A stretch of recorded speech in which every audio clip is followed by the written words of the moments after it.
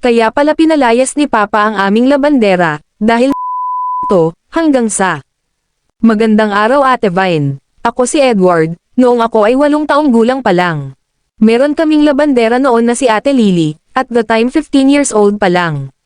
Negosyante ang papa ko, at ang mama ko naman ay sa bahay lang, istrikto ang papa ko, at mapanakit.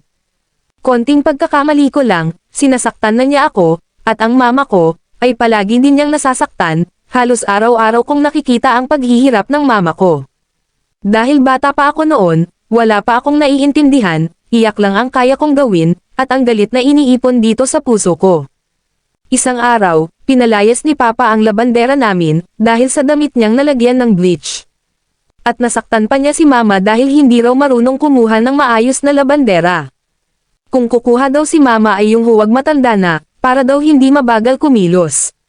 Kaya naman nang mag-apply si Ate Lily, agad naman itong tinanggap ng mama ko, malaking bula si Ate Lily, kaya sabi niya ay 18 years old na siya. Mabait si Ate Lily, minsan siya ang nag-aalaga sa akin at minsan siya nagpampaligo sa akin noon. Isang araw nakita siya ni Papa, at tinanong kong siya ang bagong labandera, at nakita ko ang tuwa sa mukha ni Papa, kaya masaya ako dahil hindi siya magagalit sa mama ko.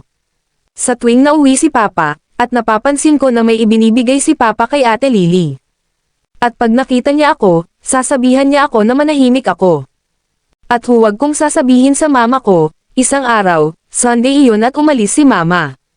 Si Ate Lily ay nasa kwarto nila Mama para maglinas, naririnig ko na lang na umiiyak si Ate Lily, at sinasabi niya na huwag po, maya-maya pa, lumabas na si Ate Lily, at umiiyak at mabilis na bumaba ng hagdan, akala ko lalayas na siya. Sinundan ko siya, andun siya sa likod sa labahan niya, nang makita ako niyapos na lang niya ako, at sabi niya sa akin, masama ang papa ko.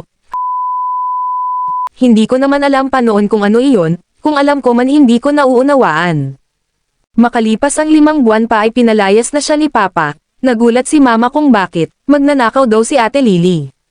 Makalipas ang 1 linggo may mga barangay tanod na pumunta sa aking bahay, at inimbitahan si Papa sa barangay, dahil nagreklamo ang pamilya ni Lily dahil at hindi makapaniwala si Mama.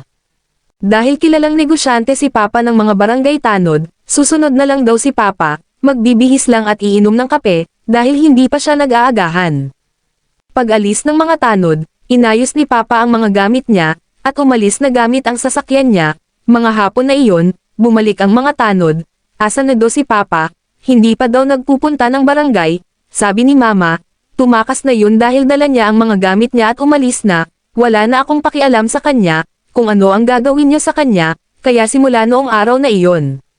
Nagsimula kaming muli na Mama, na wala si Papa.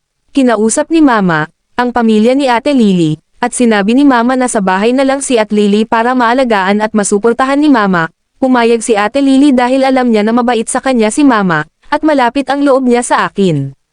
Makalipas ang 15 years, bumalik si Papa, may sakit na, at bumabalik sa amin ni Mama, nalaman ko rin na nag-asawa ito ng iba at nagkaanak ng 2 babae, tinanggap pa rin siya ni Mama.